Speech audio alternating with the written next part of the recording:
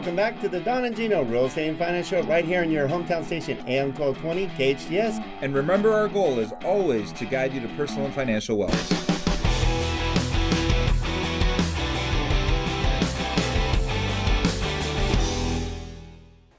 Well, thank you again for joining us on the Don and Gino Show. That's right, 8 years of guiding you through personal and financial wellness, and we have our new studio here. Check it out. I'm enjoying myself. I'm just nice. kicking back, relaxing, having a good old time.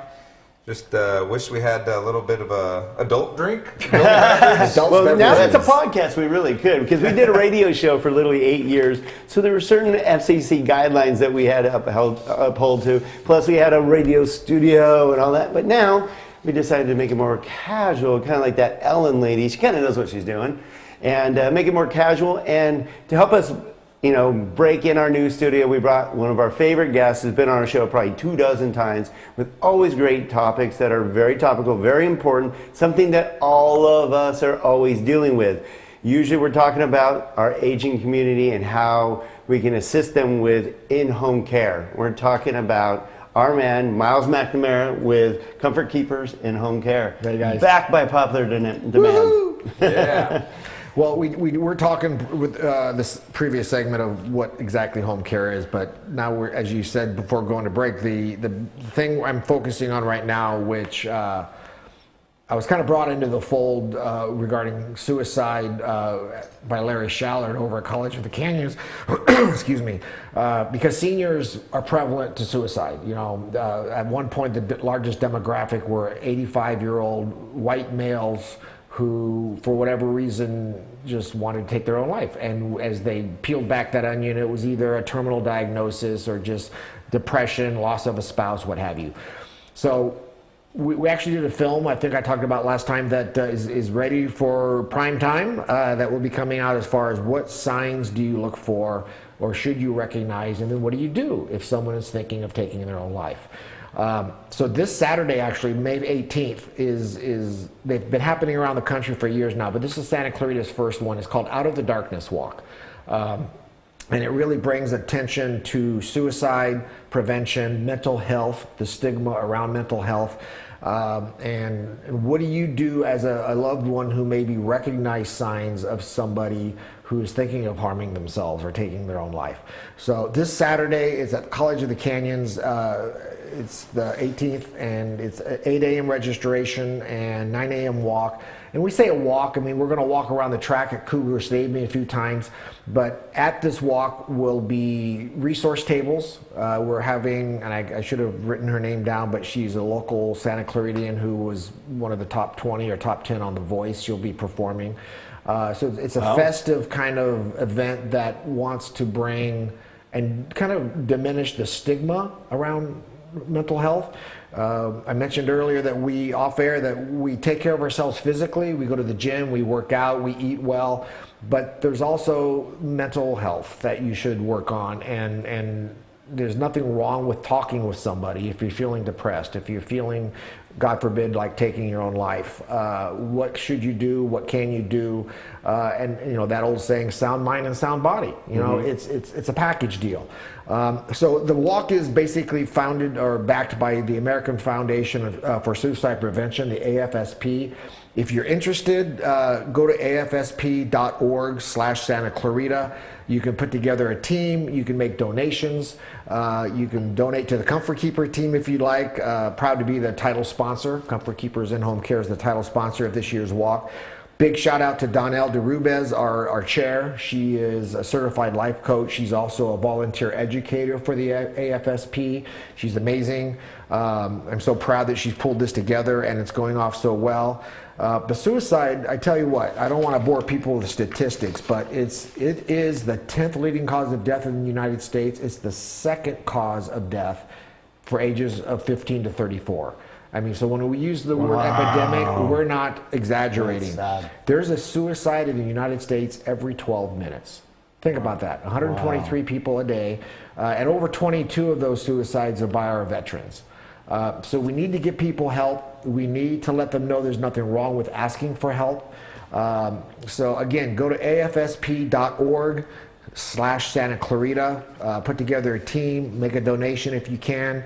But it's something that everybody, I think, has personal experience with, that we know somebody who is struggling on some level. And then there's things that we should be aware of, that if something's happening in one of our loved ones or friends' life, that should trigger caution for ourselves. Did they just go through a divorce? Did they just get a very disappointing medical diagnosis? Did they just lose a job? Did they, and our teens especially, bullying is huge, especially cyberbullying, thinking it's cool to take your own life. I think it's happening. I think bullying's probably happening a little older, right? I asked my kids in elementary school if they're dealing with it. I think we had to deal with bullying in elementary school. I did. Yeah, I don't think in junior high or high school. I think now it's happening later, which makes it more serious because it's real bullying. It's not, I pushed you in the yard. It's, it gets a little more serious. Well, think how many times we've seen where someone has taken their own life because of cyberbullying, being shamed on social media. Social media is such a double-edged sword, and our teens take it so seriously. And if you start shaming somebody on social media, and then it goes, as they say, viral, and it's huge. Well, these YouTube stars, not Don and Gino, but those they get the guys that live from hundreds of millions of clicks. They get depressed. Yeah. And their whole life becomes around clicks and subscriptions. And if they don't get enough clicks for the day, it's some sort of catastrophe. And they made a horrible video. And there's a real thing that's happening, that they're getting very depressed. And some of them actually end up in suicidal situations. And there's a myth I wanted to dispel right here, right now, is because a lot of people shy away from it because they think they'll plant the seed, is you can just straight up ask somebody, are you thinking of killing yourself? Just ask them. We have two amazing ladies in the film that I just wrapped, that they came in and they shared their loss with us, and to kind of further the signs that they felt they may have missed and what they would have done differently. And both of them said, I should have just asked them, are you thinking of killing yourself? But that's good that you address that, because I think that's one of the things where, even after we spoke, I feel like we've been more aware. Right. Or more careful, or paying more attention to what people say and listening a little closer. I don't want to become paranoid, like everybody's trying to kill themselves. Right. But know the signs. Right. So yes, not paranoid. Look for the medically proven signs, the statistically proven signs. My insurance agent thinks I'm at risk. Right. Because I went and I'm like, I need you to add my trust to this. I need you to fix this and change this and fix that. And they're like, are you okay? I'm like, yeah, I'm totally fine. I'm just making my life. The other thing that's really nice I love that you're making us more aware of it, because we talked earlier that there's probably no one that's watching this that has not dealt with it somewhere. All of us know someone that has dealt with this in one way or another, or has killed themselves. We recently just went through one of my mentors, very dynamic man. You never know who it could be, but now, thinking back, I wish I would have reached out. I wish, that hindsight, I'd rather all of us know more so we don't have the hindsight and go, I should have just asked, or seen if they're okay. Because we knew he was having some trials, but he's such a dynamic man, like he'll get through it. He's gone through this a few times, he'll be okay, but you never know. When statistics and studies show, I won't quote them because I don't want to misquote them, but they're hugely high, that, and I'll just say, don't quote me on this, but let's say 9 out of 10 people are screaming for help. They don't really want to kill themselves. They want to talk about it. They want somebody to give them that avenue to talk it through. So more often than not, it's a scream for help. Well, go ahead. Well, I was just going to say, it wasn't in relationship to this, but I think we can apply it. And it's better to be too early. It's better to be weeks too early than it is to be 1 minute too late. Right. That's a good point. And so let's not be fearful of being early in the question. On your comment, I just heard this recently because we just dealt with this. Somebody just mentioned it so that we pay more attention because of our friend, passing and taking his own life, is that they are looking for help. A lot of them actually don't want to kill themselves. And there was I don't know the exact numbers, again, don't quote us on it, but there's a statistic on those who actually survived trying to kill themselves, that leaped off a bridge and survived. And lived, yeah. Almost every single one of them regretted it as soon as they stepped off. Right. It wasn't that they didn't want to live, they just didn't want to live the way they're living currently. but they all regretted it and they couldn't take it back. So it is important that we reach out, and I'm glad that you're reaching out. Yeah, the biggest thing about this walk is that there is help out there. There are avenues of assistance where you can get the help. You can talk to somebody. The AFSP has an amazing amount of resources. We have an amazing amount of resources right here in Santa Clarita, which we will talk about at the walk. We talked about it in the film. But you have just our local Valley Santa Clarita Valley Senior Center. You have the SCV Youth Group for children. Yeah, the Boys and Girls Club. I mean, everyone now are getting counselors / professionals / experts on this epidemic because it's huge and people don't know what they don't know. There are resources available. There are things you can do to erase the stigma of working your mind and through your mental issues versus like I said earlier, your physical issues. You want to drop a few pounds, there's ways you do that. Well, if you're having struggles, if you're depressed, if you're thinking of taking your own life, there are ways to approach that and get help. So I don't mean to throw a curveball into the whole thing, but this does kind of open the door. In California, it became legal to euthanize yourself. And I don't want to exclude any age groups, but it is legal to euthanize yourself now, and mostly seniors, I would say. Is that something that you see is prevalent, related to suicide, a secondary option? Because I think they have to go through a process, see some doctors, gives them an opportunity to rethink the opportunity? Well, there is a huge process, and you can't do that because you just want to take your own life.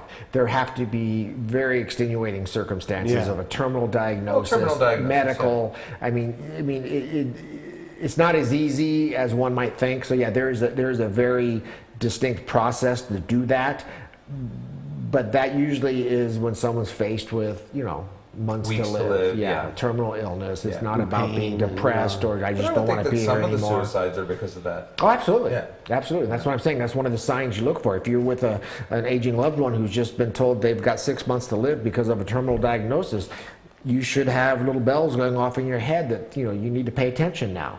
You need to talk. You need to have a conversation. You need to make sure, because that's a sign. That's one of the signs we go over in the film. It's bullying, or is there all the signs that we've just talked about briefly. Those are all signs that we need to be aware of, and then approach that person with the help they need.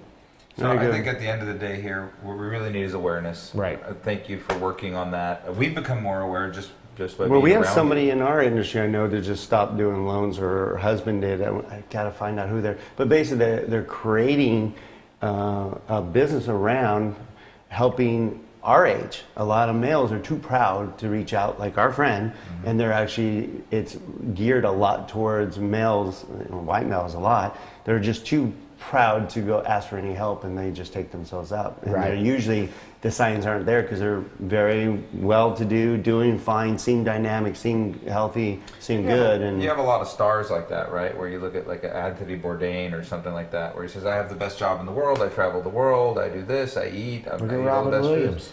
And Robin Williams. But they say it's just a very lonely life. Well, suicide is non-discriminatory. We said that before the show off air. Doesn't matter what kind of car you have, what kind of house you have, what type of job you have. Mental illness, depression, isolation, a lot of people, there's that myth that, there's a certain type of person, thinking of suicide. That's not true. It's non-discriminatory. So if I may, which is my camera, is please go to afsp.org for a lot of resources. But if you're interested in the walk coming up on Saturday the 18th, go to afsp.org/Santa Clarita. You can raise the awareness in your circle. You can donate. We'd love to have your support. But it's non-discriminatory. Doesn't matter age, race, sexual background, success rate.